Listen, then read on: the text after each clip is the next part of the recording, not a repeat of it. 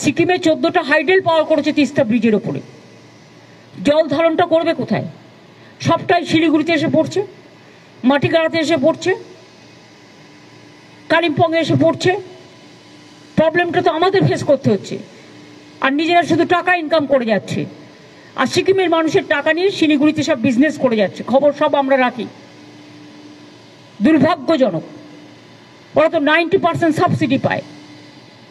আর জেনে রাখবেন, সিকিমকে 8 স্টেটে আমরা ইনক্লুড করেছিলাম, তৃণমূল কংগ্রেস।